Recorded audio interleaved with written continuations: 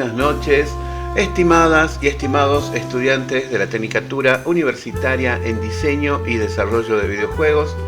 Soy el profe Marcelo y esto es Diseño de Videojuegos 1. Bueno, en la clase de hoy vamos a hablar acerca de la narrativa.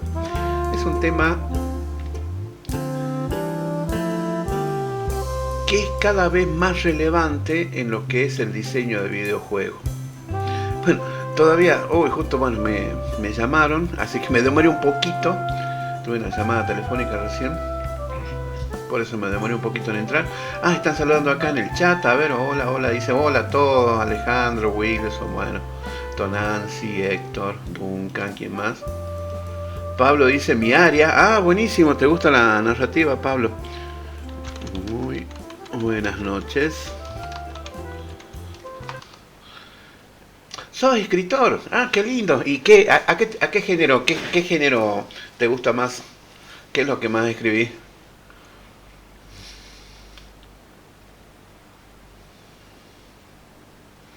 Ficción, aventura. Bueno. Si querés hoy nos podés contar algo de lo que haces. Vamos a ver. Bueno, vos me vas a ayudar con la clase. Sabés más que yo. Entonces, acerca de los géneros y todo eso. Bueno, a ver, vamos. La plataforma, bueno, todavía estoy trabajando en la plataforma. Bueno, todavía no activé la clase de hoy. Vendría a ser la clase 18. Porque, bueno, tengo que terminar de armar la plataforma. Justo me llamaron, tuve que responder. Pero la clase la tienen acá. Vamos a hablar de narrativa. Como les decía, la narrativa cada vez está tomando más relevancia en lo que es tanto el diseño como el desarrollo de videojuegos. Vamos a ver qué tipo de narrativas se utilizan en los videojuegos, cuál es el impacto que tienen las narrativas y por qué cada vez son más importantes las narrativas tanto en el diseño como en el desarrollo de videojuegos. Como para entrar en calor, vayamos recordando un poquito de lo que es la historia de los videojuegos. Por ejemplo, los primeros videojuegos masivos como Pong, como Space Invaders, prácticamente no tenían narrativa, ¿no? Lo importante era la habilidad de ojos-manos, una habilidad motriz para poder apuntar, disparar, evitar, bueno, qué sé yo, darle a la pelotita. Y era una cuestión más que nada mecánica y la progresión de niveles simplemente se hacía más rápido, aparecían más enemigos hasta que en algún momento, bueno. Pero a medida que van pasando los años y va evolucionando tanto la tecnología como los videojuegos van evolucionando, la narrativa dentro de los videojuegos también fue cambiando.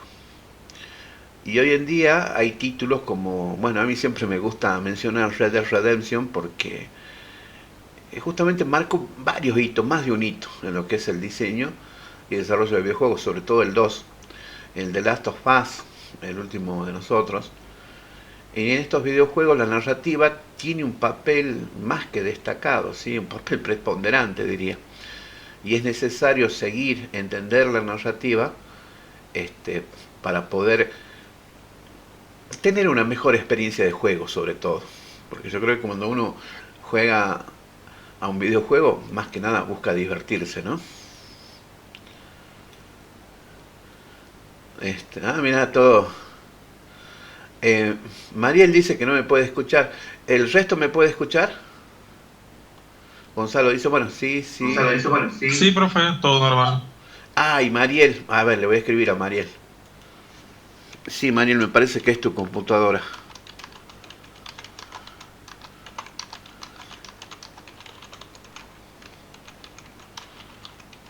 Porque el resto sí me escucha. Ahí le escribí a Mariel. Si por ahí alguien se puede comunicar con ella, por favor le avisa. Por ahí que, no sé, resetee, que salga, vuelva a entrar, apague la computadora, vuelva a entrar, capaz que ahí se le activa el audio. Ahí está, dice que sale y vuelve a entrar. Bueno, siguen saludando. Saludos a todos los que recién llegan. Joaquín dice, el pionero en enfocar la escritura y la narrativa en los videojuegos, diría que fue el de Telltale, de Walking Dead, en la época moderna. Fue un proceso, fue un proceso. Fue un proceso. Bueno, ahora vamos a ver. Ahí siguen entrando. Ahí está de nuevo Mariel. A ver, espero que ahora me pueda escuchar.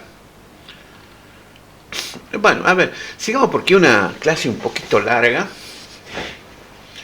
Y después, no está mi sombrero de diseñador. Espero que todos tengan el sombrero de diseñador a mano. Vamos a hacer un ejercicio. ¿Y cómo se llama?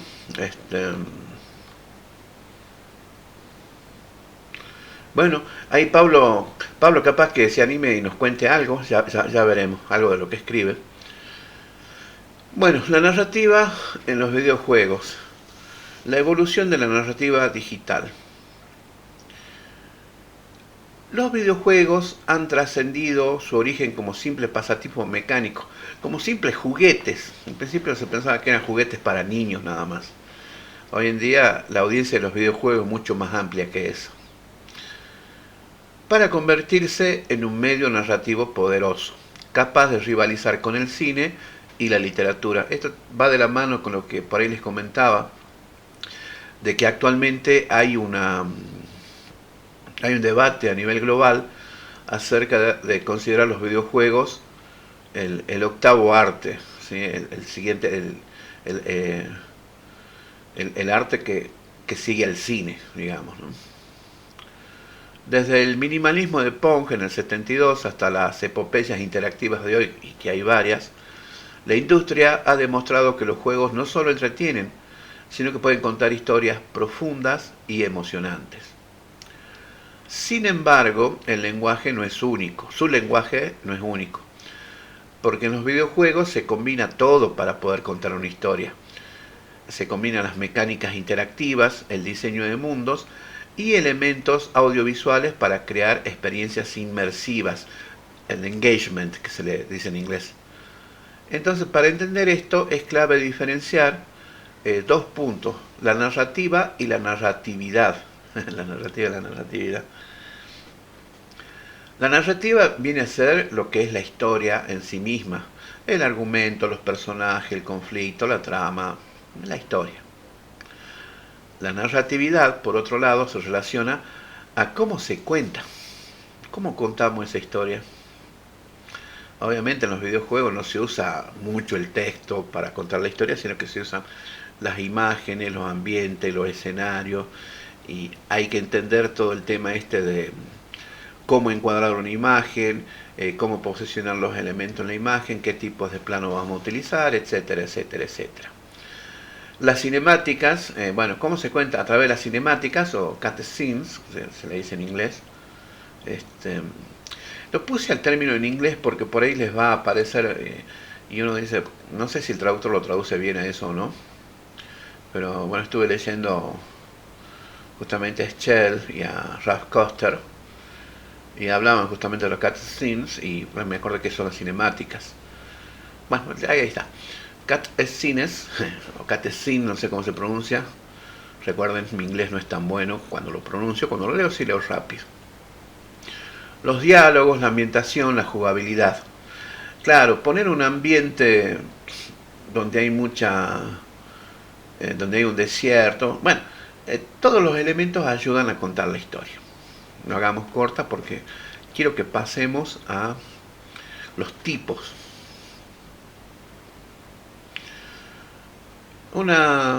Empezamos con una breve historia de lo abstracto a lo narrativo, es decir, hacer cada vez más explícito y más presente la narración. En sus inicios los videojuegos no tenían historias complejas, no tenían historias casi. O sea, Space Invaders, bueno, está bien, las naves que vienen por alguna razón a la Tierra y hay que defender el planeta y ahí se acabó todo. Después era todo en la pantalla, moverse para un lado o el otro, disparar, esquivar los proyectiles de las naves enemigas y bueno, no había mucho más que eso. Después salía la nave chiquitita, que era la difícil, era chiquitita, más rápida. No había nada más que eso, no había historia. Tetris. Bueno, Tetris no hay historia. En los bloques que caen y bueno, había que encajarlos de alguna manera. Bueno, este tipo de juegos se centraban justamente en la habilidad pura, en la coordinación motriz. Pero con la llegada de las consolas domésticas en los 80s, empiezan a aparecer los primeros ejemplos con narrativa. Y el que es el paradigma, obviamente, que siempre hay que mencionarlo, es Super Mario Bros. En el 83, que justamente saca a Estados Unidos de la crisis de los videojuegos. Recuerda que en el 83 hubo una crisis de los videojuegos, pero fue en Estados Unidos, porque en Europa el proceso venía diferente, en Japón venía diferente. Justamente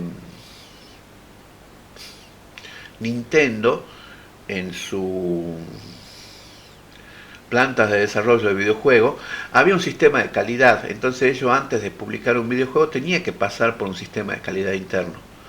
Tenía que ver cómo estaba orientado, para qué público, si funcionaba bien, si estaba bien presentado. Bueno, había toda una serie de cuestiones que justamente Nintendo no se preocupaba por empezar a alargar el videojuego lo más rápido posible, cosa que sí pasó en Estados Unidos, que empezaron a sacar videojuegos cada 2 semanas,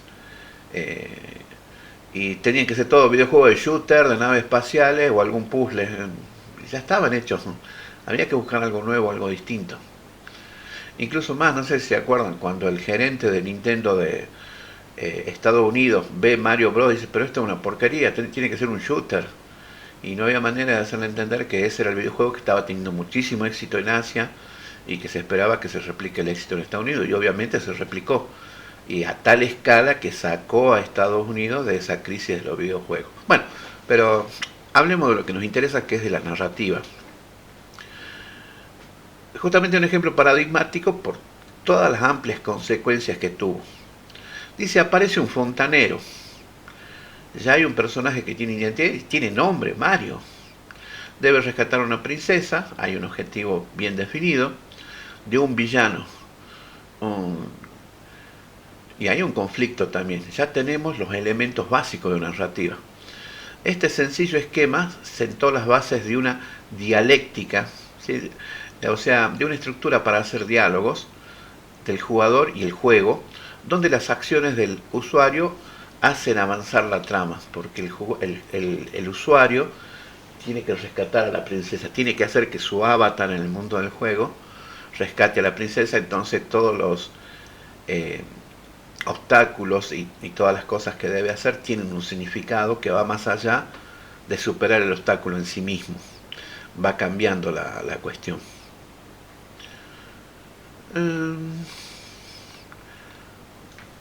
Entonces nos lleva a esta pregunta: ¿por qué es tan importante la narrativa en los videojuegos? Por varias razones. Para ser breves, en lo que coinciden varios de los autores, es por ejemplo por la conexión emocional que nos brinda una buena narrativa bien integrada dentro del videojuego. Entonces una buena narrativa que está bien contada a través de los elementos del videojuego nos proporciona una conexión emocional, hace que los usuarios nos conectemos con el videojuego, nos enganchemos con el videojuego de otras formas, que tengamos más motivación, más interés, más curiosidad por descubrir aspectos de la historia del juego. Sigue entrando gente, buenísimo. Una buena historia transforma al jugador de observador a participante activo. Mira vos, no me acuerdo, perdón. Es que me acordé de, no sé si ustedes lo conocen, a Landricina, Luis Landricina. Era... ¿Cómo es que...? Hay una charla muy interesante. Era un contador de cuentos argentino, pero de cuentos que tenían que ver con el folclore, con las cuestiones folclóricas. Era una persona muy educada, muy inteligente. Era muy interesante escucharlos, cómo describía la vida del campo. Y por ahí siempre había una cuestión graciosa, ¿no? Y había cuestiones para pensar. Y muchos, por ahí cuando lo entrevistaban le decían, Bueno, usted como escritor, no, perdone, yo no soy escritor, a lo sumo soy un decidor de cosas, decía él, a lo sumo soy un decidor de cosas. Me gustaba ese lugar en el que él se ponía. Después me hizo acordar muchas cosas. Después le voy a contar un cuento de la Landricina, a ver si lo conocen. ¿Lo conocen a Landricina? ¿Lo tienen como referencia o no saben de lo que estoy hablando? No tienen la más mínima idea de quién estoy hablando. A ver, ¿saben quién fue Luis Landricina? ¿Vieron algo de Landricina? Ahí saluda, Máximo, bueno.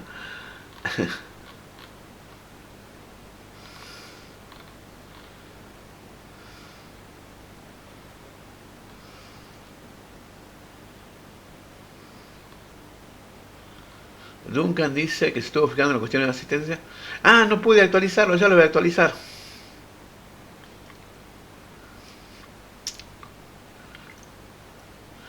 El documento pitch y el GDD no me dejan enviarlo por separado. Es que no habilité todavía ese, si tengo que habilitarlo. Ya lo he habilitado nunca. Mariel dice, contaba una historia con... Ah, Mariel sí lo ubica a la Landricina. Pablo dice, es de la época de oro. No sé si fue de la época de oro. Sí, estaba en la radio, yo lo conocí en la televisión. Esteban dice, sí, profe, un genio. Jimena dice que sí. Ezequiel de nombre. Nancy dice, el ángel negro. No, no le decían así. Cecilia dice que no, bien. No, no le decían el ángel negro. Bueno, ya después les voy a contar un cuento. Pero no solamente hacía chistes, por ahí hacía relato más amplio. Y... Ah, Nancy me aclara, tiene un libro que se llama así. Ah, se llama El Ángel Negro. Ah, no sabía, mira. Ya me pongo a buscarlo. Gracias, Nancy. Bueno, es la conexión emocional. Bueno, el engagement, ¿cómo se traduce el engagement? Es interés, es motivación, es enganche. A ver, ¿qué traducción me da el translate? Epa.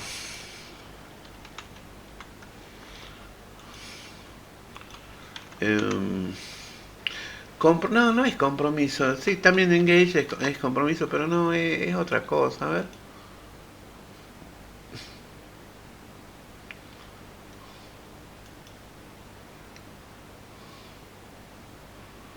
No.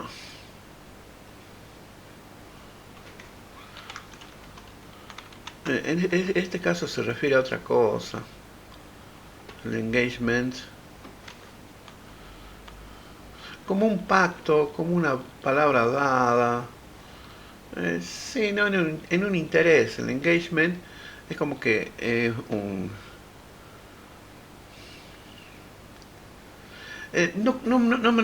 no quiero usar la palabra compromiso para traducir engagement, porque un compromiso siempre hace referencia a una obligación, y los videojuegos no son una obligación. Por eso es que no... Pues sí, un acuerdo, no, pero convenio, pacto, no. El enganche, ¿cómo nos enganchan? Los jugadores completan más títulos con narrativa sólida. Hay varios estudios que lo demuestran. Epa, perdón. Todavía no se me va la tos. Por ejemplo, en The Witcher 3, impulsados por la curiosidad y la inmersión.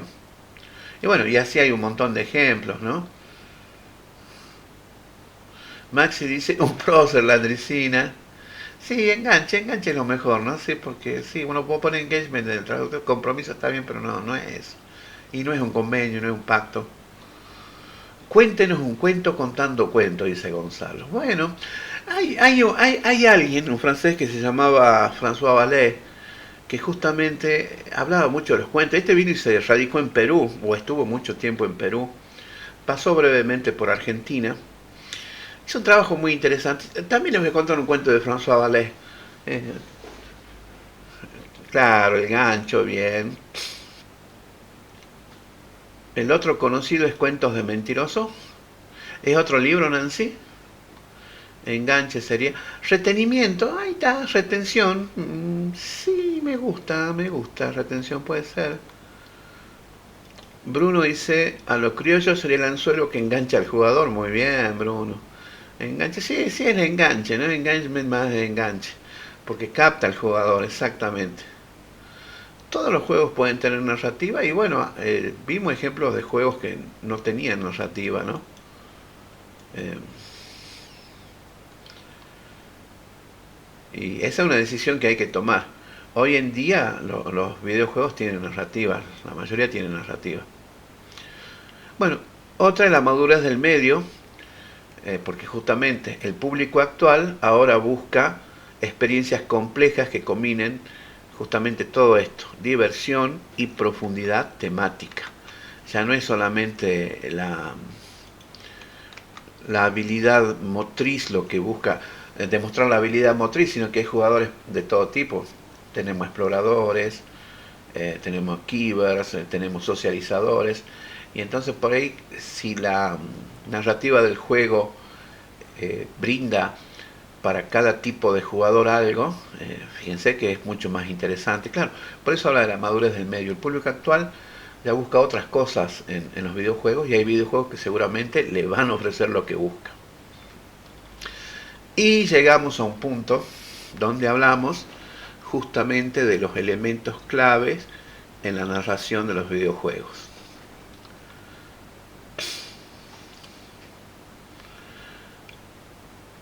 Aunque comparten bases con la literatura como personajes, conflicto y estructura, los juegos también añaden capas únicas. Por ejemplo, la narrativa embebida y la narrativa emergente. La narrativa embebida, para hacerlo simple, es lo que viene predefinido por los desarrolladores. En la historia que nosotros como desarrolladores le presentamos, le mostramos, le contamos a los jugadores. Historia secundaria, el lore, ya vamos a ver lo que es el lore, me tomé el trabajo de investigar un poquito porque siempre, hasta ahora digamos, tenía algunas referencias por ahí que creo que, ¿cómo se llamaba? Hay un autor que habla del lore así como...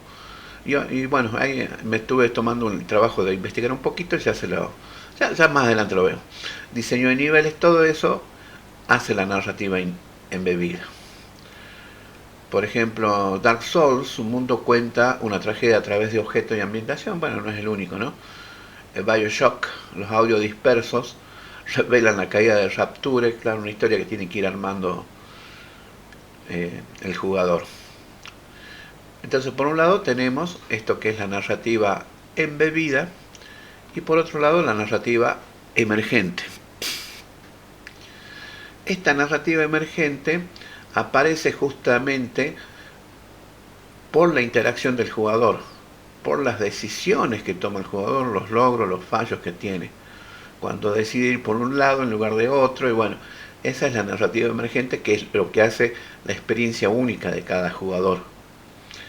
Y cómo el jugador también toma o vivencia esa narrativa emergente, ¿no? Acá cita un ejemplo. Este lo saqué de un blog que ya ni me acuerdo. Es que parte está sacado de un blog, parte está sacado de otro lado. Sí, no, está de varios lados.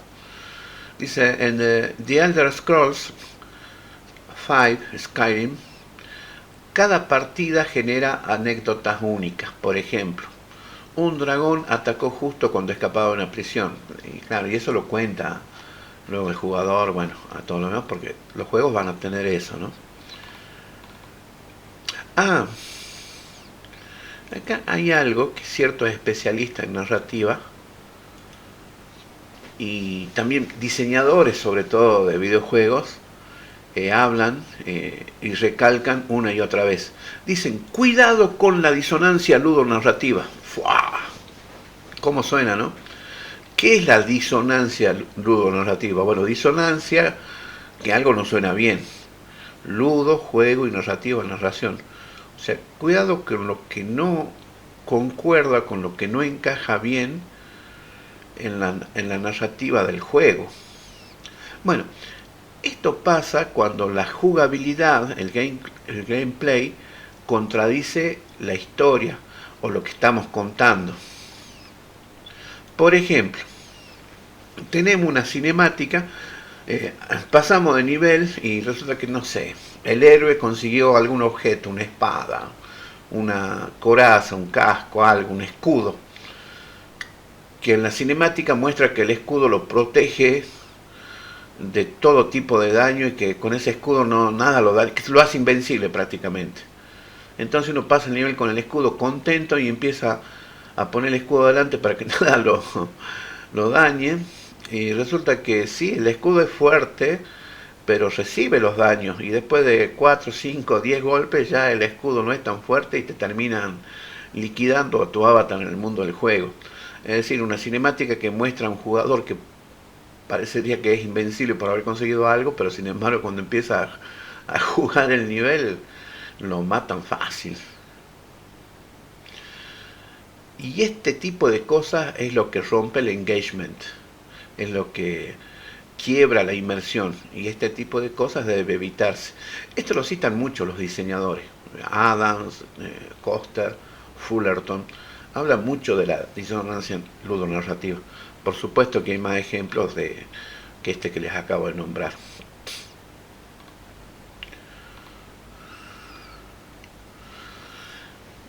El futuro de la narrativa interactiva. Los videojuegos son el único medio donde el público vive la historia, es decir, es protagonista de la historia. Herramientas como el branching storytelling, ya vamos a ver a qué se refiere. Por ejemplo, en el juego Detroit Become Human o la IA generativa prometen experiencias todavía más personalizadas. Branching storytelling, usado en Detroit Become Human, o la IA generativa. Hay IA generativa que puede ir generando historias, y esto hace que cada jugador tenga una experiencia única, más personalizada. Como creadores o críticos, entender el lenguaje narrativo es esencial para apreciar el valor artístico. Bueno, y acá, como les decía, me tomé el trabajo un poquito de ver lo que es el lore para dar una buena definición y algunos ejemplos para que lo tengamos en claro. Estoy seguro que varios de ustedes ya entienden lo que es el lore. Bueno, el lore proviene del inglés folclore y es el trasfondo narrativo que construye el universo ficticio de un juego. ¡Fua! ¿Qué significa todo esto? Bueno, incluye la historia, la mitología, las culturas, los personajes secundarios, eventos pasados y reglas del mundo, aunque por lo general no se explican directamente en la trama principal, porque en la trama principal lo que seguimos es la historia del héroe, la historia de nuestro avatar, pero esa historia está subsumida, está contextualizada, está dentro de una historia subyacente que es mayor. A ver, sigamos, porque sí, acá hay ejemplos, así que... Por ejemplo, ¿cuáles son los puntos clave? No es la historia principal, el lore no es la historia principal, es la historia de fondo, el trasfondo, el marco, si quieren. Es el contexto que enriquece la historia principal. Por ejemplo, en la leyenda de Zelda, el lore abarca los ciclos de reencarnación de Link y Zelda, la historia de la Trifuerza y raza como los Goron. Pero bueno, uno lo que va siguiendo es la historia de Link, por ejemplo. Y el lore se transmite de formas diversas, como dice acá. A través de textos. Sí, aparecen textos, cartas, libros, notas, códices, como, bueno, acá dice The Witcher 3 o Elder Scrolls. Se puede también mostrar a través de elementos audiovisuales, la cinemática, por ejemplo, canciones o grabaciones, por ejemplo, todos estos audios que aparecían en BioShock. También se puede contar a través del diseño ambiental, de los escenarios, de lo que se muestra en cada nivel, como la arquitectura, las pinturas o las ruinas, como Dark Souls, como Assassin's Creed, bueno, como, ¿cómo se llamaba el otro? Bueno, hay muchos, ¿no? Que, o sea, vos ves, esto está ubicado en la antigua Roma, ya, y ya te da un contexto. Otra característica del lore es que es opcional, pero es inmersivo. Opcional, pero inmersivo. Los jugadores del tipo explorador lo buscan para entender las profundidades del mundo. Por ejemplo, en Hollow Knight, o sea, el lore sobre el reino de Hallownest se descubre hablando con los NPCs o interpretando los escenarios que se van presentando. Y bueno, y acá, digamos, para enfatizar y para cerrar el tema del lore, hice un cuadrito de las diferencias entre lore y trama, o la historia principal, si quieren. Lore es el mundo, el pasado, las culturas, las reglas. La trama es la historia que estamos siguiendo, que estamos desarrollando a través del personaje, de las misiones, bueno, del qué hacer en el juego. Por ejemplo, en lore, el origen de los Reapers en Mass Effect. Ejemplo de trama, la batalla contra... ¿esto de dónde lo saqué, che? Ya ni me acuerdo. ¿Por qué es importante el lore? Por la profundidad, por la rejugabilidad y porque nos abre la puerta al desarrollo transmedia. Profundidad. Un buen lore hace que el mundo se sienta vivo y coherente, como por ejemplo en Red Dead Redemption 2 y la simulación histórica que hace justamente del lejano oeste.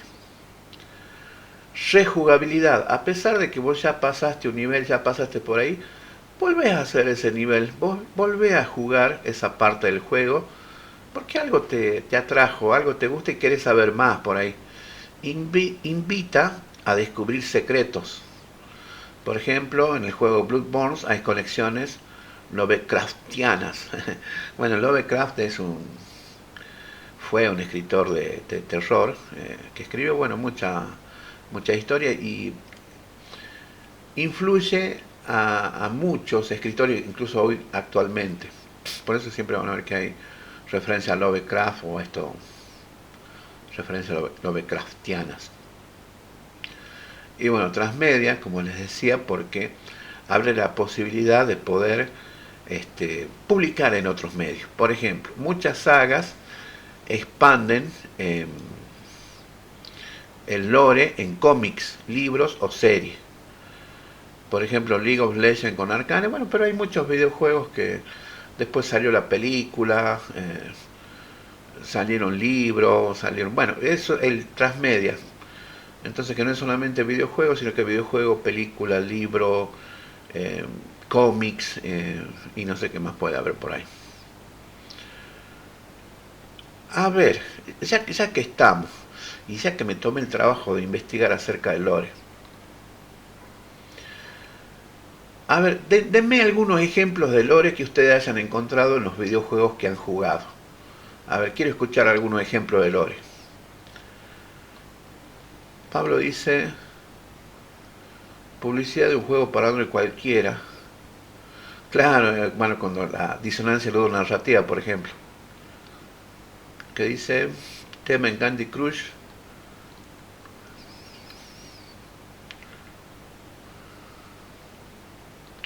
Bruno dice, yo amé los audios de la saga BioShock. Me encanta ese estilo de juego. Ajá, sí, bueno, bien. A ver, otro ejemplo de lore.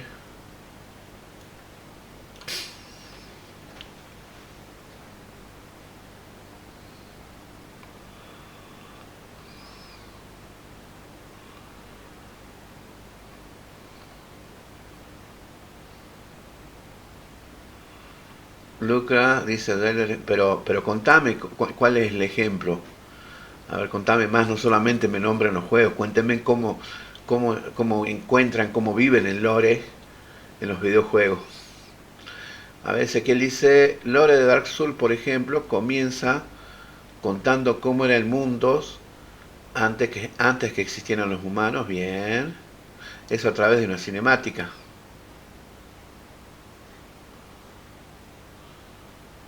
Nancy dice, Maki Power Fury tiene un manga que complementa la historia del juego. Ah, aparte del juego hay un manga, mira vos. Y después vas viendo piezas de lore en las descripciones de los ítems. Bruno dice, en The Last of Us, ¿qué dicen? No hay otro puede ser, por ejemplo, en Devil May Cry, ajá, que trata de como sobre Dante, que él es descendiente de un demonio del pasado, digamos, que la historia cuenta, que en la época que los demonios estaban destruyendo el mundo, él se levantó para defender a los humanos, y él finalmente se casa con una humana, y de ahí nacen los dos gemelos que son protagonistas de la historia principal, como Dante y Virgil. Ajá. Ah, mira vos, qué bueno. Bien, y entre eso, digamos, ese es el lore principal. Después, varios sectores del juego se basan en la historia, como por así decirlo, de fondo, donde aparecen enemigos que son del pasado, digamos, del padre de ellos dos, y los que tienen que enfrentarlo. Y, por ejemplo, hay una saga completa que es la versión, la 4, digamos, la entrega 4, que es directamente un culto que se le creó a él. Un culto. Y todo está basado, sí, ellos lo adoran a Esparta, que es, digamos, el padre de ellos dos, como si fuera un dios. Mira vos, claro, y todo eso es el trasfondo, digamos, de lo que... Bien. Bueno, ahí van escribiendo Ezequiel, interacción con el PC, porque Gonzalo, escribió un montón, Gonzalo. Personaje de League of Legends, nadie pasará, y bueno, ya esa es toda la descripción. Está bien que todo lo que va contando. Las ruinas de ciudades, claro. Agustín dice, contar lore por medio de objetos me parece... no, no es tanto. Lo que pasa es que a los que les gusta explorar les va a gustar poder ir armando la historia a través de un fragmento de papel acá, un dispositivo allá, algo que, eh, por ejemplo, una armadura rota de determinada manera te puede indicar muchas cosas o te puede sugerir muchas cosas de lo que pasó con esa armadura, de la persona que portaba esa armadura. En Minecraft la estructura, Máximo dice, la estructura abandonada y en mal estado nos muestran pistas de que hubo una civilización bien antes de la existencia del jugador. Maxi, el Mandalorian sería el lore de una parte de Star Wars. ¿Qué es el Mandalorian? Al igual que la historia de Rey, no, no entiendo, no, la verdad que no. Me suena Mandalorian, ¿qué es? Star Wars, historia del Rey. Bueno, Emiliano dice, en Curse of the Dead, God vas desbloqueando el lore según unos logros, que es matar cierta cantidad de enemigos sin que te lastime. Bruno dice, nueva saga de God of War, después de la trilogía, el lore, la cabeza colgante de Kratos, por lo cual el lore de esa saga la podríamos jugar. Alejandro dice, yo me pongo a leer los libros que salen de Elder Scrolls. Ahí Gonzalo publicó una imagen, la del Mandaloriano. Ajá. Ese que dice, yo prefiero eso, ir descubriendo la historia. Si quisiera ver cinemática nomás, me pongo a ver películas. Claro, son distintas formas de narrar, de sugerir la historia. Exactamente. Bueno, bien, sigamos adelante. Ya entendimos lo que es el lore.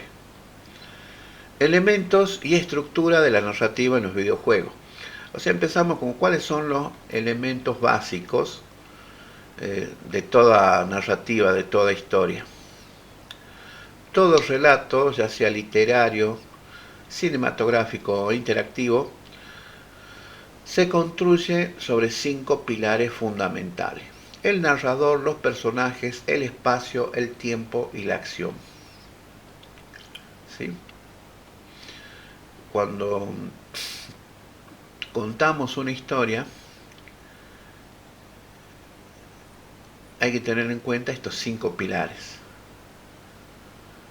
El narrador, bueno, el narrador puede ser un protagonista, que es cuando se cuenta la historia en primera persona, como en Firewatch. Puede ser un narrador omnisciente, uno que todo lo sabe y relata los hechos en tercera persona, por ejemplo, Bastion. O puede ser un testigo, alguien que vio la historia. también observa y hace el relato, pero no conoce todo, no conoce toda la verdad. Por ejemplo, personaje secundario en Gone Home. Los protagonistas. Tenemos, bueno, el protagonista principal son son los que llevan adelante la historia, son los que seguimos, son los que hacemos avanzar a través de la historia. Por ejemplo, Kratos en God of War. Los secundarios son los que enriquecen la trama con sus acciones. Bueno, acá dice GLaDOS en Portal. El espacio.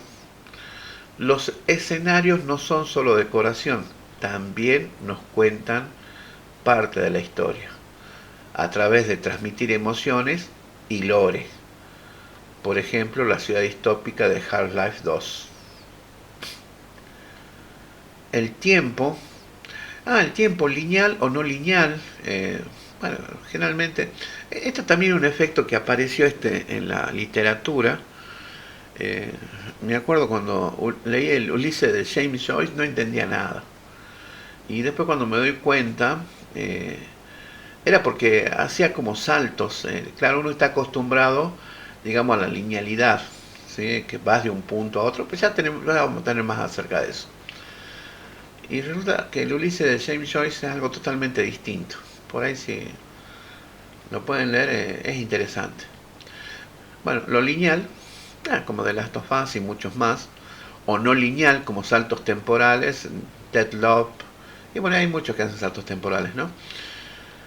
La acción es el conflicto que impulsa la historia, ya sea que sea explícito, por ejemplo, rescatar a la princesa Peaches en Super Mario Bros., o implícito, descubrir secretos en Outer Wilds. Vamos a hablar de la estructura clásica de una narrativa y después vamos a pasar a ver los tipos de estructuras narrativas que están presentes en los videojuegos. Bueno, aunque los videojuegos la adaptan, y ya vamos a ver cómo la adaptan, suele surgir 3 actos, que esto viene ya como del teatro griego, creo, de por ahí. Tenemos una introducción, desarrollo y desenlace, que es lo típico, que es lo clásico. Que serían más o menos los 3 actos principales. En la introducción se presenta el mundo, se presentan los personajes y un conflicto inicial. Por ejemplo, el apocalipsis zombie en The Walking Dead. En el desarrollo o nudo surgen giros, vueltas, desafíos y desarrollo de personaje. Por ejemplo, las alianzas en Mass Effect. Y en el desenlace es la resolución del conflicto, con finales fijos predeterminados, por ejemplo en Red Dead 2, o variables como en Detroit Become Human.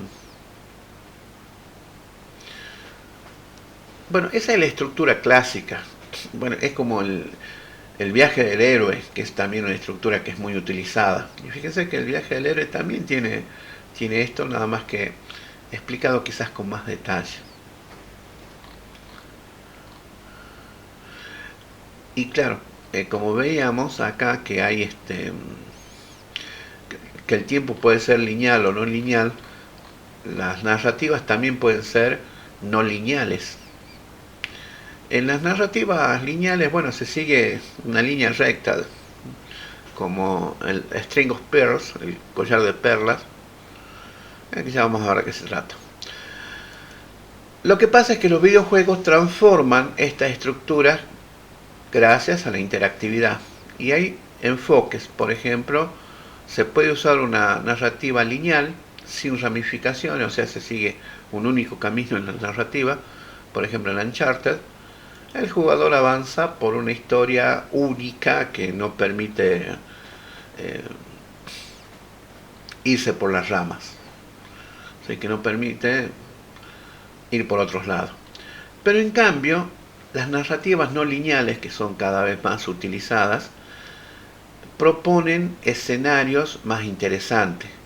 Podemos tener narrativa ramificada, emergente y fragmentada. En la narrativa ramificada se le presentan se le presenta la posibilidad al jugador de tomar decisiones, y de acuerdo a la decisión que tome puede alterar la trama y cambia la narrativa, cambia la historia que va viviendo, y se le abren otros escenarios, otros objetivos, otros enemigos, etcétera, etcétera. O sea, se desvía de la historia principal tal vez y puede va por otra rama y que puede hacer otro recorrido.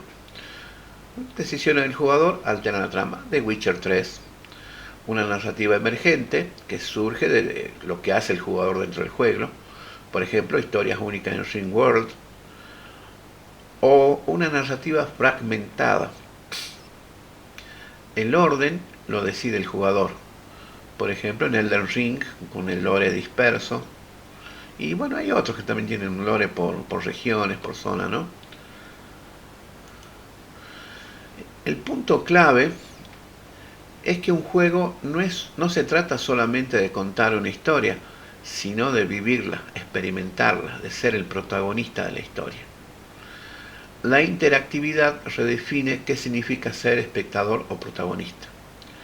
Y ahora sí vamos a ver los tipos de narrativa que podemos encontrar en los videojuegos.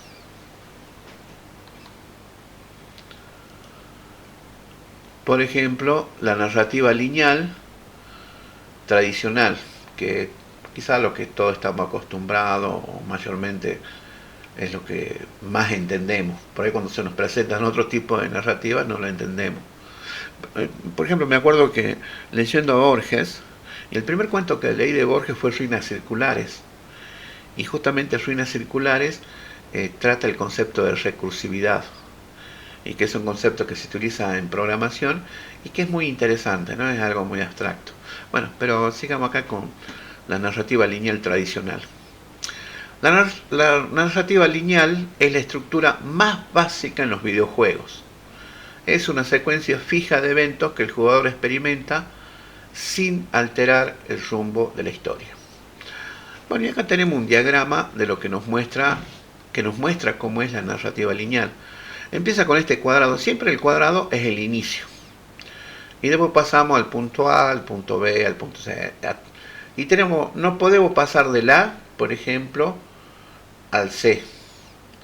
Hay que seguir el camino lineal uno por uno, todo esto. A, B, C, D, E, F, y llegamos al triangulito que es el final. Bueno, esa es la narrativa lineal, lo más clásico. Vamos en secuencia. Los puntos más importantes. No hay ramificaciones, no hay ninguna, hay un solo tronco, digamos. La trama avanza como una línea recta hacia un final único. Tiene un principio único, un final único. Esto es un enfoque cinematográfico. Prioriza guiones pulidos y un ritmo controlado. Lo que sí se puede controlar acá es el ritmo. Ejemplos emblemáticos de Last of Us, una historia emocional con progresión fija, la saga Uncharted, aventuras con conjuntos espectaculares pero sin decisiones relevantes, la leyenda de Zelda, la Ocarina del Tiempo, del 98, aunque tiene exploración, la trama principal es lineal.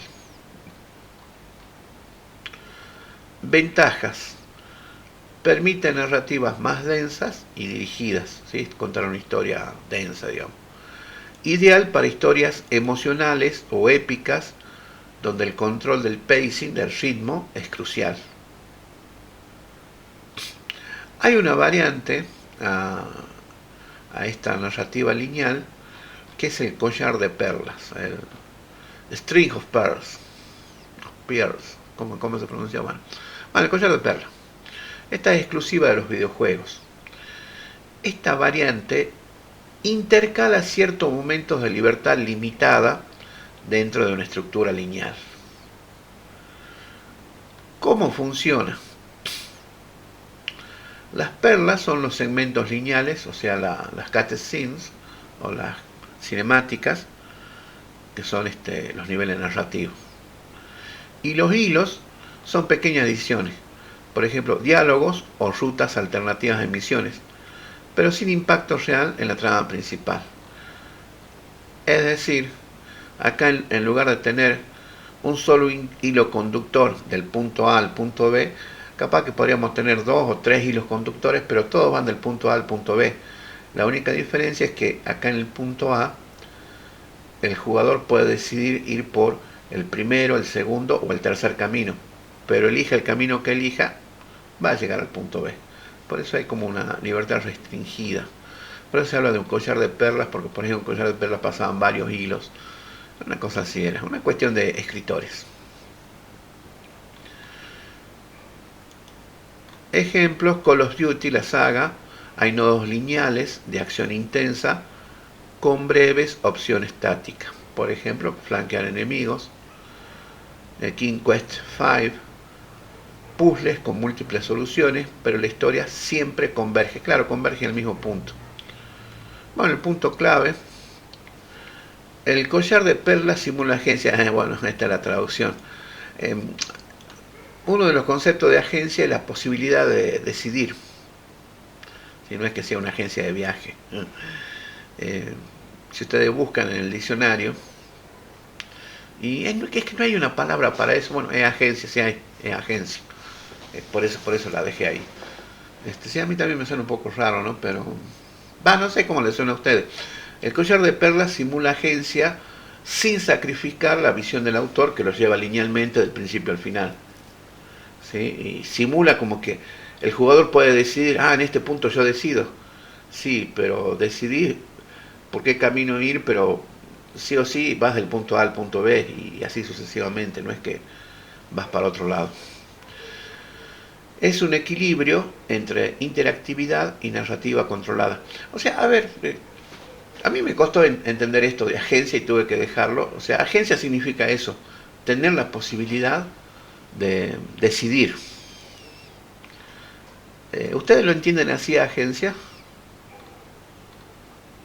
Siguieron escribiendo acerca del lore. Ahí Lucas escribió el lore de Left 4 Dead 1 y 2, aparte de los cómics y de los diálogos que dicen los supervivientes al jugar. Te lo cuentan en el entorno, bien, buenísimo. Bruno, en Age of Mythology. Yo lo vi, no lo jugué a este. Lo vi jugar, no lo jugué, mira. El modo aventura se habla de la historia mediante una tercera persona. ¿Dónde los metemos? Mira vos. Maxi, los Mandalorianos son una raza en Star Wars. Boba Fett, uno de los de los cazarrecompensas más conocido, entre otros. La serie cuenta la historia de un mandaloriano de casi su extinción y de cómo resultaron ser una contraparte de los Jedis sin ser usuario de la fuerza. Y ahí mandan. Sí, ese es Boba Fett. Marta dice, hola, recién puedo entrar, no hay problema, Marta. Nancy dice, sí, es de agenciar, dirigir o seleccionar a conciencia. Qué bueno. Buenísimo, Nancy, gracias. Pablo, Metal Slug es un ejemplo. Podés elegir rutas distintas, más difíciles o fáciles con otro enemigo, pero llegás al mismo final. Buen ejemplo, Pablo. Bien. Bien, ¿los demás entienden lo que es agenciar? Este sentido de agenciar, porque va a salir después el tema de agenda. O sea, la historia de las tomas de decisiones. Bueno. Y acá, por ejemplo, sale la comparación en la narrativa lineal versus el collar de perlas o el string of pearls. Tengo que practicar un poco de inglés en algún momento. Bueno, y acá en este cuadro tenemos el aspecto. Primero, la primera columna, narrativa lineal pura, y en la segunda, el collar de perla. Entonces, las decisiones, no hay decisiones, o no hay ninguna influencia en las decisiones. No me hace ir por otro camino. En el collar de perla hay decisiones, pero son pequeñas y no tienen consecuencias. La estructura de la narrativa lineal es A, B, C, como le decía, bien lineal. En la lineal hay como bolsillo de libertad. Podés ir de A a C, ya sea a través de B1 o de B2. Ahí tenés que elegir, decidir si vas por el primero o por el segundo camino. En cuanto a la jugabilidad, la narrativa lineal prioriza lo que es la historia sobre las mecánicas. En cambio, en el collar de perlas mezclan momentos cinemáticos con jugabilidad. Entonces surge la reflexión: ¿cuándo usar una narrativa u otra? Y bueno, de acuerdo a lo que se ve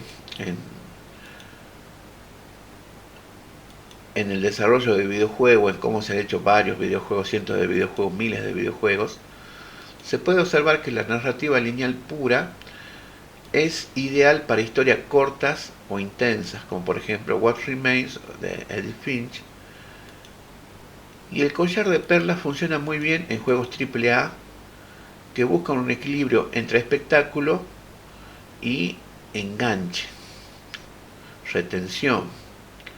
Por ejemplo, Tomb Raider Reboot. Bueno, esta es acerca de las narrativas lineales. Ahora vamos a ver un poquito una introducción a las narrativas ramificadas y no lineales en videojuegos. Ramificadas porque si bien hay un tronco principal parecería lineal, pero hay ramas por las que se puede ir. Y no lineales porque ya no tiene nada de lineal. Y ya, bueno, ya vemos los conceptos y las diferencias.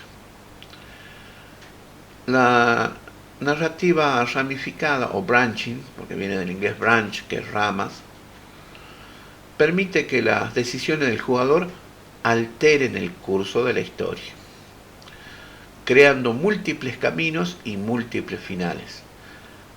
Bien, hasta este momento solamente habíamos hablado de un principio y de un final. A lo sumo en el collar de perlas por ahí podíamos decidir por qué camino ir al siguiente punto, pero el siguiente punto era fijo. Y lo mismo acá, antes del final quizás también tengamos varios caminos, pero todos los caminos nos van a llevar al mismo final. Ahora en la narrativa ramificada, eso cambia. Y hay diferentes tipos de ramificación. Por ejemplo, la más simple es la binaria. La ramificación limitada o binaria, donde simplemente al jugador se le ofrecen dos opciones, A o B. La píldora azul o la píldora roja. ¿Cuál elige Neo? Decisiones del tipo sí o no, o A o B, y con impacto mínimo. La historia principal sigue siendo la misma para todos. Pero casi es una narrativa lineal, sí, pero lo que pasa es que ahora puede haber más de un final. O sea, puede haber dos finales. Y eso ya es un cambio. Por ejemplo, acá lo muestra más claro el gráfico, ¿sí? Tenemos un inicio y tenemos varios finales. Entonces del inicio pasamos a un punto A. Y del punto A podemos pasar a B1, B2, como dice, después a C. Y bueno, y así. Cuando llegamos acá, a ver, A, B, C, D, E, en E yo puedo elegir dos caminos distintos y cada uno de esos caminos me va a llevar a un final distinto. Y ya es distinto a lo que veníamos viendo antes. Si bien la historia principal es la misma, pero hay finales y hay una serie de finales distintos. Ejemplo, Beyond Two Souls, hay elecciones emocionales, pero con finales ya definidos. The Secret of Monkey Island, humor y opciones sin consecuencias graves. Ramificación de finales abiertos. Las decisiones cambian significativamente la trama y los finales. Ahora no es que las decisiones son mínimas o tienen impacto mínimo. Ahora sí, las decisiones que toma el jugador en el mundo del juego cambian significativamente la historia y cómo va a terminar esa historia. Esto requiere una alta complejidad, mucho diseño, con mucho cuidado para evitar las incoherencias. Por ejemplo, en The Walking Dead de Telltale, donde las elecciones morales afectan relaciones y desenlace. Entonces, esta estructura que se le llama de finales abiertos, tenemos un único inicio y a partir de ahí vamos a un punto A donde podemos bifurcarnos a tres puntos distintos y bueno, y así, seguirnos bifurcarnos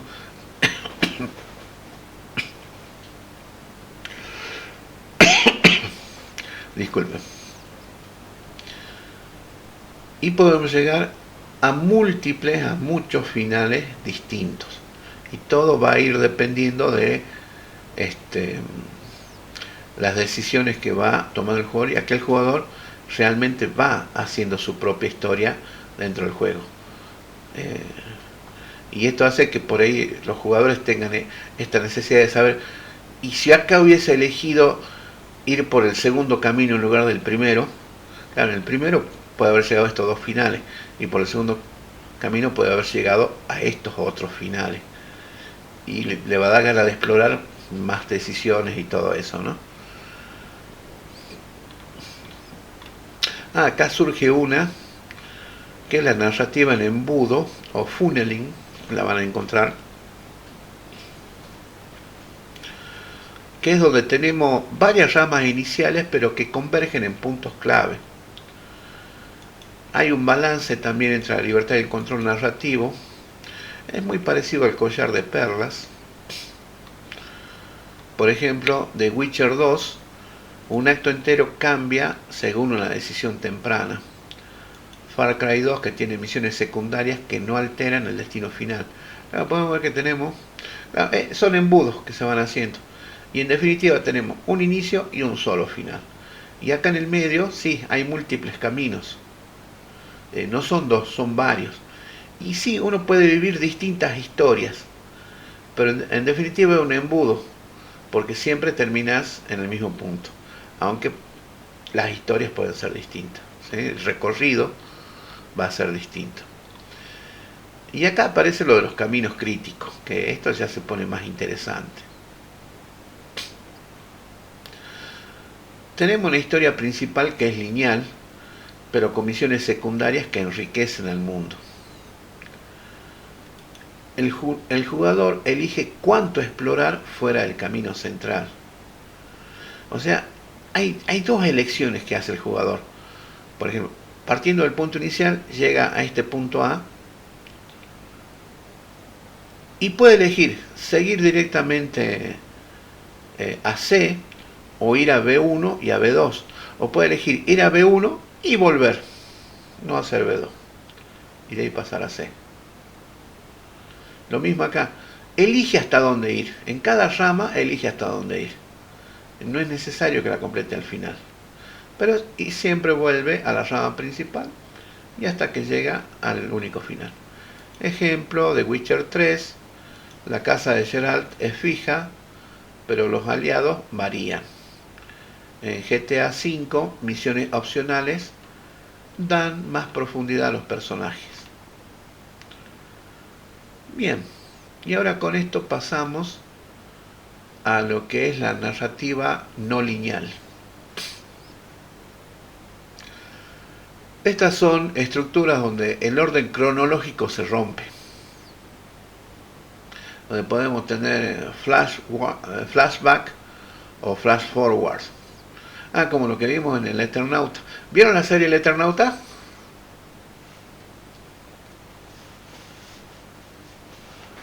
¿Alguno vio la serie El Eternauta?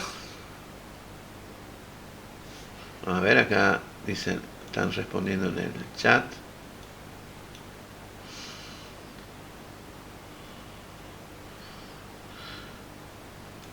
Nancy dice, el collar de perlas se aplica muy bien en el jardín de sendero que se bifurca en el Jorge Luis Borges.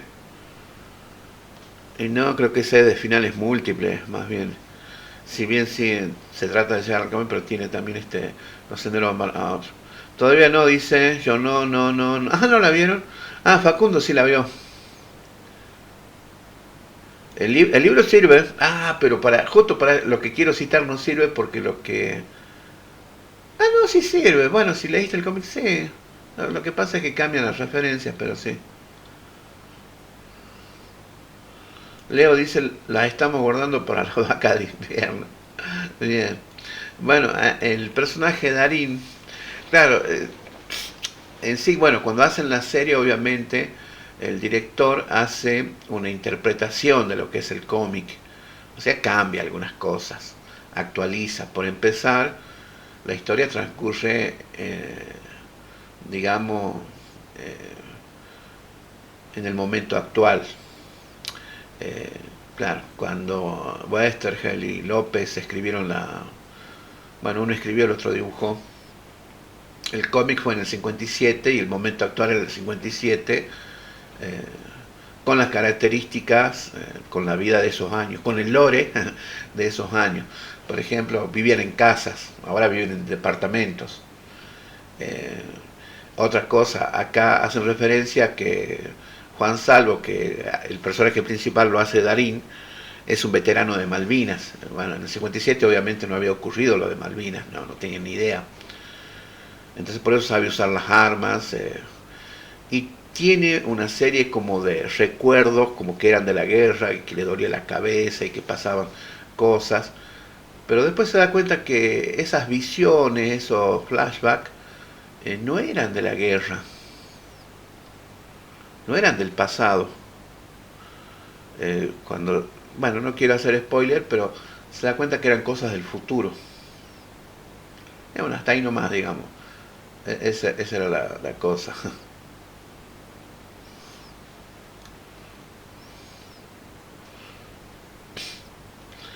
Vacaciones, dice. Iluso. Para mí sí le estoy haciendo 3 carreras. 3 carreras, Leo. ¿Por qué 3 carreras? Y ya sé que no voy a tener vacaciones. Y sí. Chuy, 3 carreras. ¿Te gustan tanto 3 cosas? ¿Y qué carrera estás haciendo? O sea, videojuego una.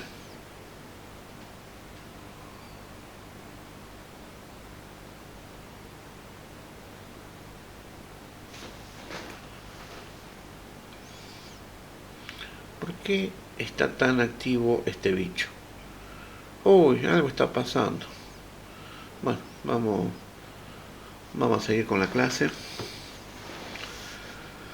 Bueno, narrativa no lineal. El orden cronológico se altera.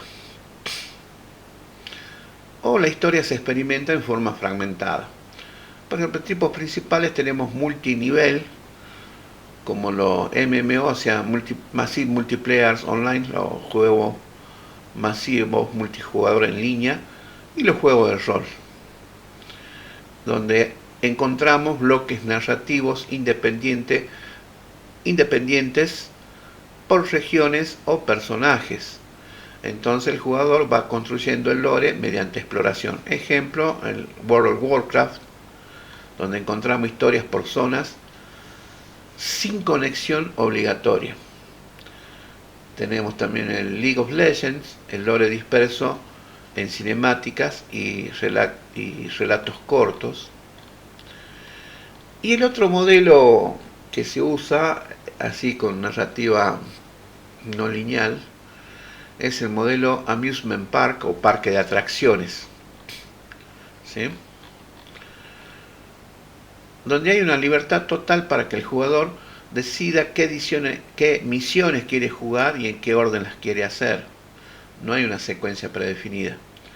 Hay subtramas conectadas temáticamente, pero no cronológicamente.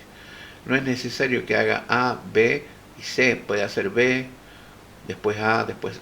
Puede elegir cómo hacerlo. Ejemplo. En The Elder Scrolls 3, Morrowind, qué lindo que suena, puedes ignorar la trama principal y crear tu propia epopeya. Fallout New Vegas, facciones y misiones que se solapan sin un orden fijo. Bueno, ¿cuáles son los puntos clave? La linealidad no es caos, es diseño espacial. La no linealidad, perdón, no es caos, es diseño espacial. El jugador siente libertad porque el mundo responde a sus acciones, no a un guión predeterminado. Y acá les puse también un cuadrito que me pareció interesante. La narrativa ramificada y narrativa no lineal. Entonces la estructura de la ramificada es un árbol con ramas y con embudos. Mientras que en la narrativa no lineal tenemos mosaicos de historias interconectadas, pero no cronológicamente, sino temáticamente. Entonces el jugador, dentro de la narrativa ramificada, decide dentro de un marco. En cambio, en la narrativa no lineal, el jugador explora fuera de un marco, no hay un marco. Ejemplo, bueno, en narrativa ramificada, Life is Strange, y en la narrativa no lineal, Elden Ring. Epa. En definitiva, la narrativa ramificada es ideal para historias personales con peso moral, como el de Detroit Become Human, y la no lineal es perfecta para mundos abiertos, donde la exploración es el centro, por ejemplo, Breath of the Wild. Bien, acá están escribiendo en el chat, ahí está. Dice Maxi, dice por mi parte hace videojuegos, ciencia de datos e ingeniería informática. Que esa es eterna, dice esa voz de una materia. Está priorizando videojuegos. Claro, mucho esfuerzo. Yo, bueno, que te vaya lindo en todo lo que elegís, Maxi. Que te vaya bien en todo. Lo que cuesta vale. Bueno, hasta acá llegamos a lo que es la clase de hoy, que tengo que subirla, tengo que armarla, tengo que hacer todavía. A ver, comentarios sobre lo que vimos, qué les pareció, lo encuentran útil para el diseño, después, bueno, para el desarrollo. ¿Qué les parece este tema que acabamos de ver? Un tema impresionante, da para muchas cosas. Vayan buscando el sombrero de diseñador. Hoy van a ser diseñadores de narrativa, es decir, escritores. O como decía Landricina, decidores de cosas. Bueno, Alejandro me comenta, muy buen tema, bien. ¿Qué les gustó o qué no les gustó de la narrativa? Bueno, ya tenemos Pablo. Pablo, ¿nos vas a contar algo de lo que escribís? Max dice, está bueno para enriquecer la trama, bien.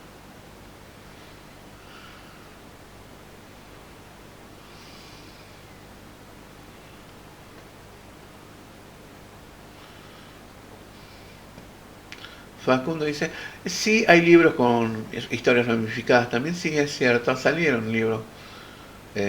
Pero yo lo que vi eran libros para niños, no sé si habrá libros ya más para adultos, cosas así. Pablo dice, estoy en mi trabajo. Ah, estás trabajando, pero sí puedo, por ejemplo, la historia del GDD. ¿Podés contarnos la historia del GDD? Bueno, sería bueno.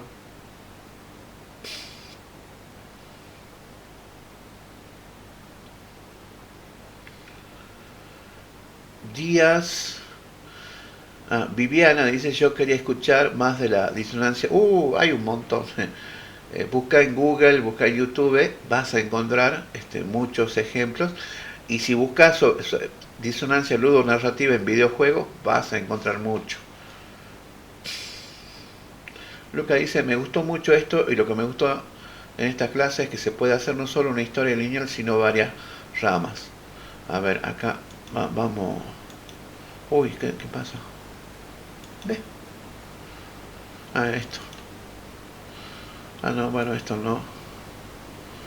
Esto es de la clase anterior, que estábamos con Yokai Chao y de un modelo de gamificación. ¿Qué era? Disonancia ludonarrativa en videojuegos. Si buscas...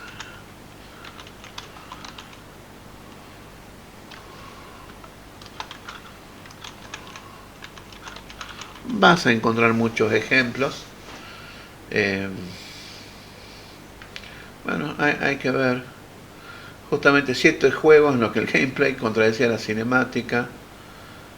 Bueno, hay muchos ejemplos que pueden ver, que pueden consultar. El concepto es ese.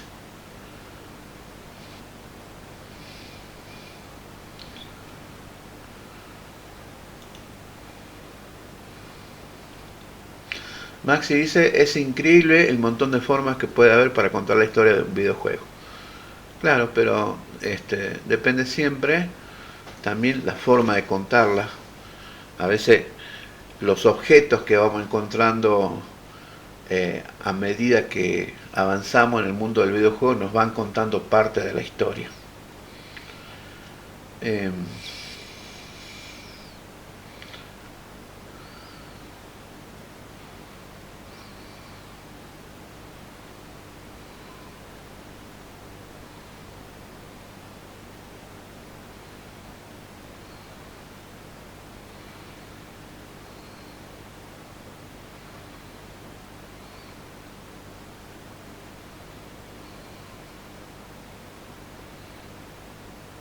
bueno, vamos a hacer un ejercicio de contar algunas historias. Me gustaría que me acompañen en esto. Eh, las cosas hay que hacerlas. Hay que hacer esta experiencia de contar. Uno dirá, pero yo no sé contar historias, yo no sé dibujar, yo no sé hacer videojuegos. Bueno, estamos aprendiendo y hay que practicar. Viviana nos dice,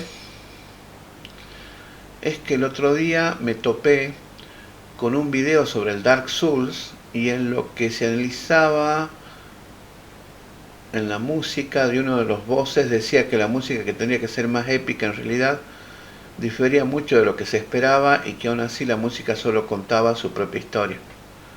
Eh, puede ser, no lo sé. Sí, por ahí esto es muy... Claro, es que justamente cuando están este tipo de disonancias te rompen la inmersividad del juego, pero acá es lo que no encaja bien. O sea, siempre le da esa sensación al jugador de que algo no encaja bien, que puede ser, sí, una música, puede ser que la música no encajó en ese momento, puede ser, sí. Bueno, vayan a buscar sus sombreros, yo voy a buscar mi sombrero, ahí volvemos, todos con el sombrero listo.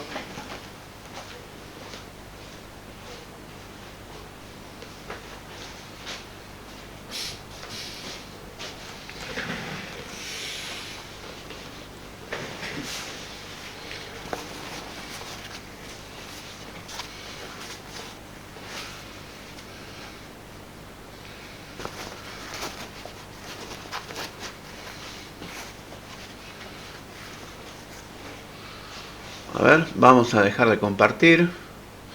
A ver, todos los que puedan, todos los que quieran. A ver, activen la pantalla, activen el micrófono. Vamos a contar historias. ¿Sí? Sombrero, profe. Bien, yo voy a contar una historia y después alguno de ustedes cuenta otra historia. ¿Les parece? A ver, alguien más que se sume, por favor. Chuy, ¿qué está pasando acá?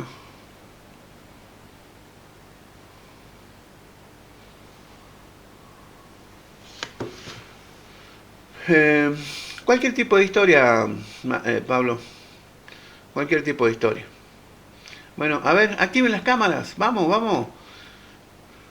Vamos, que no me dejen solo. Quiero el feedback.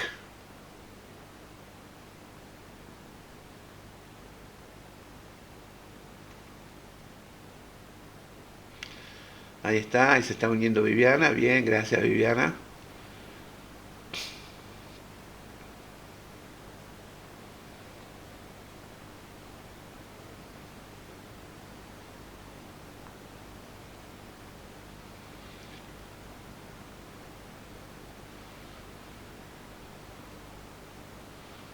Bueno, a ver, ¿nadie más se va a unir? No hay problema, Pablo, sí, ya está bien, estás en el trabajo, está bien, no, está bien. Bueno, voy a empezar, a ver, voy a empezar con una... Luca dice, yo hice una historia escribiendo a mano, era de ciencia ficción. Bueno, pero a ver, una que se acuerden, porque hay que decirlo acá. Bueno, voy a empezar con una historia de Khalil Gibran, Khalil Gibran es un poeta libanés que escribió varios libros interesantes y hay historias muy interesantes. Hay una que siempre me gusta, porque fíjense, la historia es La Tierra de Sa. Ese es el título de la historia. Y hay un viajero que está viajando, pasando por tierras desconocidas. Y claro, como no conoce las tierras, empieza a preguntar a la gente que encuentra en su camino. Le empieza a preguntar dónde estaba, qué lugar era ese que había pasado ahí. Estamos más o menos ubicados en la Edad Media. No había televisión, no había radio. Entonces sí o sí había que preguntarles a las personas. Entonces encuentra a un hombre trabajando en un campo y le pregunta, disculpe señor, ¿qué tierra es esta? ¿Dónde estoy ahora? Entonces este granjero le dice, usted está en la tierra de Sa. Dice, detrás de esa colina, hace mucho, mucho tiempo, había un granero y se guardaban todas las cosechas, pero un día hubo un incendio muy grande y el granero se perdió. Y ahora cada uno tiene que guardar la cosecha como puede.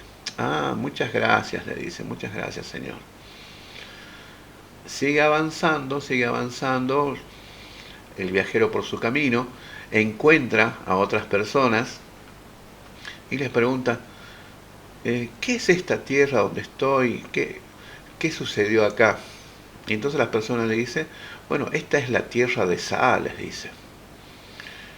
Y aquí hace muchos años hubo un convento de monjes muy piadosos, pero nadie venía a verlos, así que al fin fueron muriendo uno a uno y no quedó ninguno vivo.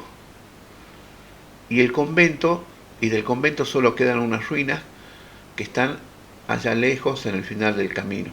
Ah, muchas gracias, dice. Y sigue su camino. Llega al pueblo, llega a la ciudad y le va preguntando, bueno, a otras personas que va encontrando, con las que puede hablar, le pregunta, ¿qué tierra es esta? ¿Qué pasó acá? Ah, y uno le dice, esta es la famosa tierra de Sa. Acá hace mucho, pero mucho tiempo hubo una batalla épica. ¿Ve esa colina? Bueno, a los pies de esa colina se enfrentaron dos ejércitos magníficos y al final el rey más poderoso salió victorioso. Ah, pero de eso casi no se acuerda nadie.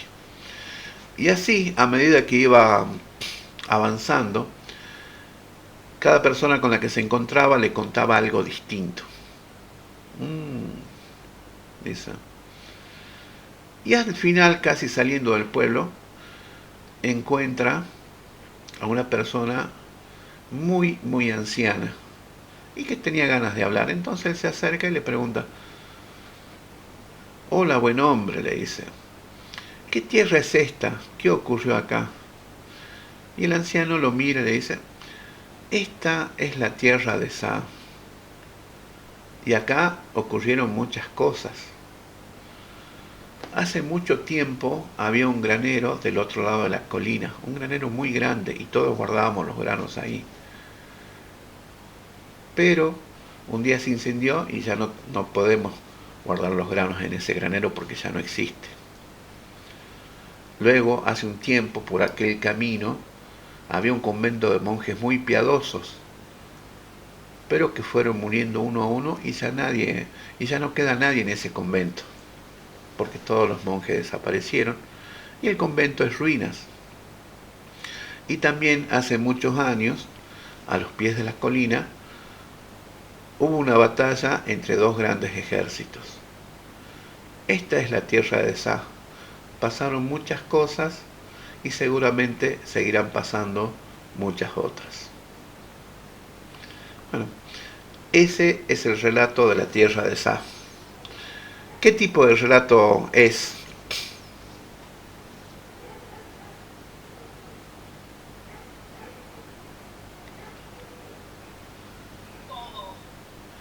¿Cómo? ¿Cómo? Perdón, no se escuchó. Ahí volvió, dice Duncan, y lo veo. Narrativo, Bueno, sí, esto. descriptivo. Descriptivo, ajá. ¿Es lineal? Qué buena pregunta. Tiene una línea de tiempo, pero no llegaría a ser lineal. Es como ramificada, de hecho, son varias historias o cada uno cuenta un aspecto diferente de lo Ajá. mismo. Bueno, justamente no hay indicio de la temporalidad. Lo único ocurre en la Edad Media. Pero ¿cuándo ocurrió cada uno de los eventos? Nadie, dicen hace mucho, mucho tiempo. Y no sé, mucho tiempo, por ejemplo, para mí mucho tiempo ya es un año. Para otro quizás, no sé, sean 10 años, 20 años. Para otro quizás sea 20 minutos. Hace mucho tiempo pasaron cosas. Y pasaron distintas cosas. Obviamente pasaron en distintos tiempos. Si es como una historia fragmentada. Bien, a ver quién se anima a contar algo.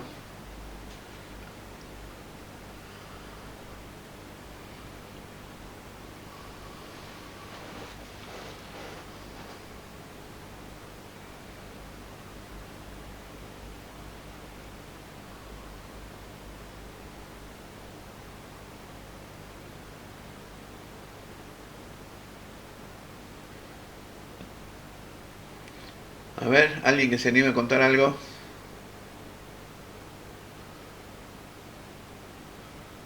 Yo, profe, busqué una historia ahí por Google. A ¿buscaste una historia? A ver, dale Gonzalo, cuando quieras. Sí, el cuento de la lechera. Ajá. Érase una vez una joven lechera que llevaba un cubo de leche en la cabeza, camino al mercado para venderla. Durante el camino, la soñadora joven iba imaginando lo que podría lograr conseguir con la leche. Pensó que en primer lugar, y con el dinero de la venta, compraría un canasto de huevos, Ajá. los cuales una vez eclosionaran, le permitiría montar una pequeña granja de pollos. Una vez estos crecieran, podría venderlos, lo que le daría dinero para comprarse un lechón. Va avanzando, Una diga. vez, sí, sí. Una vez este creciera, la venta del animal bastaría para comprarse una ternera, con la leche de la cual seguiría obteniendo beneficios y a su vez podría tener terneros. Sin embargo, mientras iba pensando todas estas cosas, la joven tropezó, lo que provocó que Uy. el cántaro, sí, cayera al suelo y se rompiera. Bueno, así está Mm. escrito. Y con él sus expectativas hacia lo que podría haber hecho con ella. Dice, ah, acá dice como que está explicando las cosas del cuento. ¿Lo leo igual? Claro, la moraleja del cuento. Bueno, Sí. me hace acordar la canción Lamento Borincano. No sé si escucharon esa canción. Si la buscan, Lamento Borincano. Es una canción que también es un borincano que es un nativo de, no sé si de Guatemala, de, ahí de Centroamérica, eh, que va al mercado pensando en vender algo y con la ganancia de eso iba a comprar otra cosa, iba a otro proyecto y con esa ganancia otra cosa y otra cosa.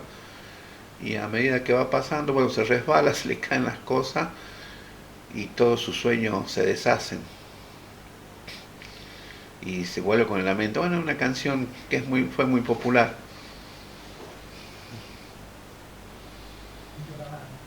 Ah, mirá, era una vasija entonces, como una vasija. Es una vacía, El claro. can. Ahí, claro, se fue al futuro y después volvió al presente por caerse. Claro, hay Ezequiel, mira, el verdadero contar los pollitos antes de nacer. Nunca hay que contar los pollitos antes de que nazcan. Claro. Bueno, ahí escribieron. ¿Qué dice Facundo? Pone un enlace. Yo vi este video hace mucho y me gustó cómo cuenta el punto de vista de un NPC en un videojuego. Y bueno, se va Marta, parece. Duncan, tengo una historia. ¿Te animas a contarla, Duncan? Bueno, A ver. acá dice, día una joven cartógrafa descubre un viejo mapa que señala la entrada a un misterioso laberinto bajo una montaña. A pesar de las leyendas sobre exploradores desaparecidos, decide entrar dentro y enfrenta acertijos y pasadizos que la guía por su curiosidad más que por ambición. Finalmente llega a una cámara secreta que parece contener la verdad que tanto buscaban. Ah, un final abierto. No sabemos cuál es esa verdad. Es para que uno se imagine. ¿No? Uno lo puede interpretar de muchas maneras. Bien, bien. Gracias, Duncan. Bueno, a ver cómo estamos. Les voy a contar. Ya tenemos poco. Bueno, les voy a contar una historia de François Vallée, que era justamente, les decía, un francés que vino, se había instalado en Perú. Bueno, había estudiado muchas cosas, él tenía muchas historias de todas partes y él trataba de revivir esta tradición de contar historias, de narrar historias cara a cara. Decía que eran muy valiosas y que se transmitían muchas cosas. Eh, Esta historia transcurre en la India, en la antigua India, donde todavía había marajás y cortes muy opulentas, y había un marajá que era muy poderoso, tenía un palacio muy grande, y dentro de ese palacio enorme y lleno de riquezas, tenía una jaula de oro, y dentro de esa jaula de oro tenía un ave blanca, una hermosa ave blanca que hablaba. Y a este marajá le gustaba todos los días cuando terminaba sus tareas de gobierno, por la tarde, ir hasta donde estaba este pájaro y conversar con él. Y le decía, hola amigo, ¿cómo estás hoy? Muy bien, señor marajá, ¿y usted cómo está? Muy bien, oye. Y bueno, y se contaban cosas y estaban. El marajá la pasaba muy bien con este pájaro. La pasaba tan bien que un día le dice, oye querido amigo, realmente me deleita mucho estar contigo y las historias que me cuentas. Pídeme algo, pídeme algún deseo y te lo daré. ¿En serio, majestad? Sí, por favor, pídemelo. ¿Pero en serio, majestad? Sí. Bueno, majestad, me gustaría que abriera la jaula y me dejara ir. ¿Pero por qué quieres eso, amigo mío? Si te abro la jaula y te dejo ir, vas a estar desprotegido allá afuera. Hay muchas bestias, hay muchos hombres que te pueden cazar, ya sea para comerte o para venderte. En cambio acá estás protegido, tienes comida, tienes techo todos los días, estás seguro y tienes mi compañía y podemos charlar todas las tardes. ¿Por qué cambiarías eso por irte a un lugar inseguro? Tienes razón, majestad. Claro, el pájaro vio que el marajá no tenía ganas de dejarlo libre y como que baja la cabeza resignado. El marajá se da cuenta de eso, le dice, pero amigo mío, no te pongas triste, seguramente hay algo que yo sí podré darte. Sí, majestad, usted es una persona muy noble y considerada. ¿Recuerda, majestad, de dónde me trajo? Claro que sí, fue una expedición que hicimos hace muchos años a las selvas tropicales. Es un lugar muy particular. Bueno, si el marajá pudiera, me gustaría tener noticias de mis hermanos que viven en ese lugar. Es cierto, dice el marajá. Recuerdo que las aves blancas solamente habitan ese lugar. Bueno, ¿tú quieres noticias de tus hermanos? Así es, marajá. Me gustaría saber qué pasa con mis hermanos. Muy bien. voy a organizar un viaje. Bien, y así siguen. El marajá con sus tareas diarias, visitando al pájaro día tras día.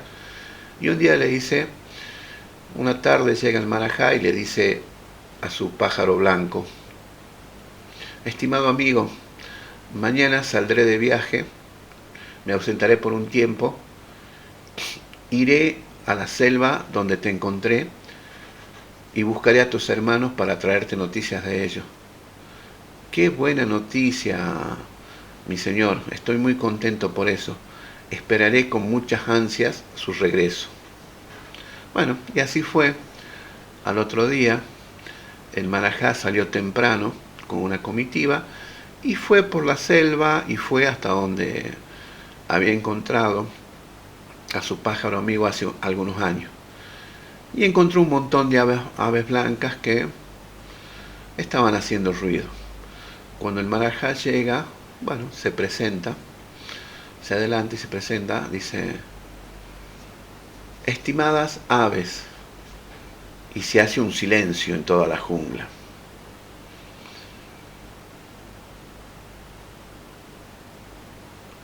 Quiero contarles que yo vivo en un palacio muy grande y muy lujoso, y dentro de ese palacio tengo un amigo que es uno de ustedes. Uno de nosotros, dice la ave.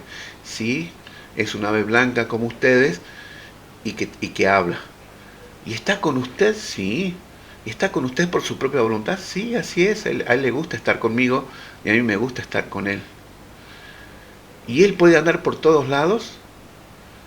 No, le dice, porque para su protección lo puse en una jaula de oro, en una jaula dorada, y está siempre protegido por vigías, de tal forma que nadie lo pueda robar ni nadie lo pueda dañar. Y todos los días tiene comida y todos los días tiene atención. Y aparte, yo mismo personalmente lo visito todos los días para charlar con él. ¿Entonces está encerrado en una jaula? Sí. ¿Y para qué vino hasta acá, Majestad?, le preguntan los pájaros. Porque él me pidió que viniera con ustedes para darle noticias de ustedes. ¿Noticias? Sí. Y los pájaros empiezan a hablar entre ellos. ¿Qué mensaje le llevo a mi amigo?, le pregunta el marajá. ¿Quiere llevarle un mensaje de nosotros? Sí. Entonces los loros hacen un silencio por mucho tiempo, y luego de ese silencio caen todos al suelo y se quedan quietos, como si estuviesen muertos. El marajá se acerca y alzaba un loro, otro, y estaban inertes. Todas las aves estaban como muertas. Entristecido por la noticia que le iba a dar a su amigo, emprende el regreso a su palacio. Cuando vuelve al palacio, una tarde va a visitar a su amigo en la jaula de oro y va con cierta tristeza. Y el ave, que lo estaba esperando con muchas ganas, le pregunta: Majestad, ¿cómo le fue en su viaje? Hola, amigo mío, en el viaje me fue muy bien. Pude ir y volver sano y salvo. Qué bueno, Majestad, dice. ¿Y encontró a mis hermanos? Sí, amigo mío, encontré a tus hermanos. Ah, qué bien. ¿Y pudo hablar con ellos? Sí, amigo mío, pude hablar con tus hermanos. Bien, ¿y le dieron un mensaje para mí? Amigo mío, le dice, toma esto con mucha tranquilidad. Cuando yo les pregunté a ellos qué mensaje tenían para ti, ellos se quedaron mudos, se callaron. Y luego de un tiempo, todos cayeron al suelo, inertes. ¿Cómo dice, Majestad, que todos tus hermanos cayeron al suelo inertes? Entonces el ave empezó a mirar fijamente hacia adelante y se quedó callada. Amigo mío, no te preocupes, que siempre en este palacio estarás protegido y tendrás todo lo que necesitas. Lamento traerte tan tristes noticias de tus hermanos, pero el ave no reaccionaba, seguía mirando hacia adelante. Y el marajá le dice, amigo mío, me estás asustando, ¿qué pasa contigo? ¿Por qué no hablas? ¿Por qué no me respondes? Y el ave cae al suelo. Cae al suelo de la jaula de oro. Y el marajá, cuando ve esto, no lo puede creer. Primero abre los ojos con mucho asombro y luego empieza a sentirse triste.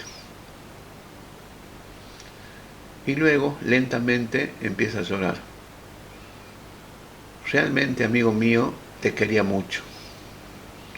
Disfrutaba mucho conversar contigo por las tardes. ¿Con quién voy a conversar ahora? Entonces, abre la jaula, toma al pájaro, al ave blanca con mucho cuidado entre sus manos,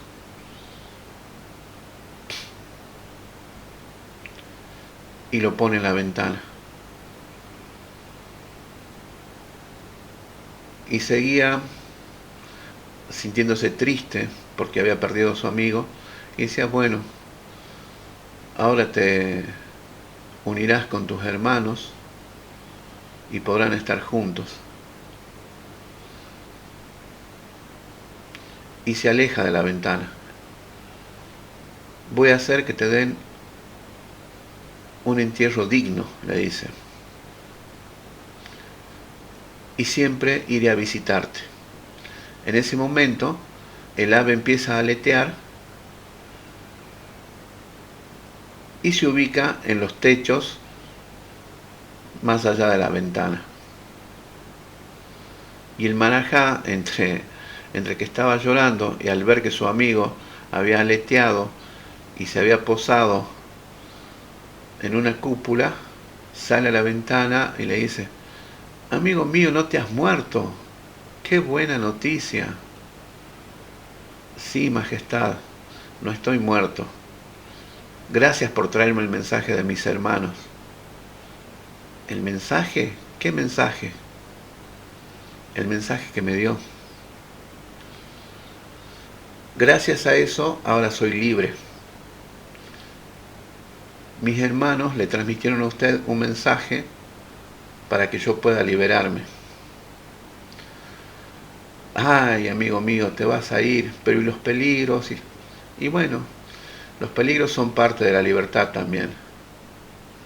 Pero realmente también he disfrutado su compañía y tendré buenos recuerdos de usted, majestad. Está bien, amigo mío, le dice. Ojalá algún día podamos volver a charlar. Tal vez sea así, majestad. Ahora voy a reunirme con mis hermanos. Y el ave se fue volando.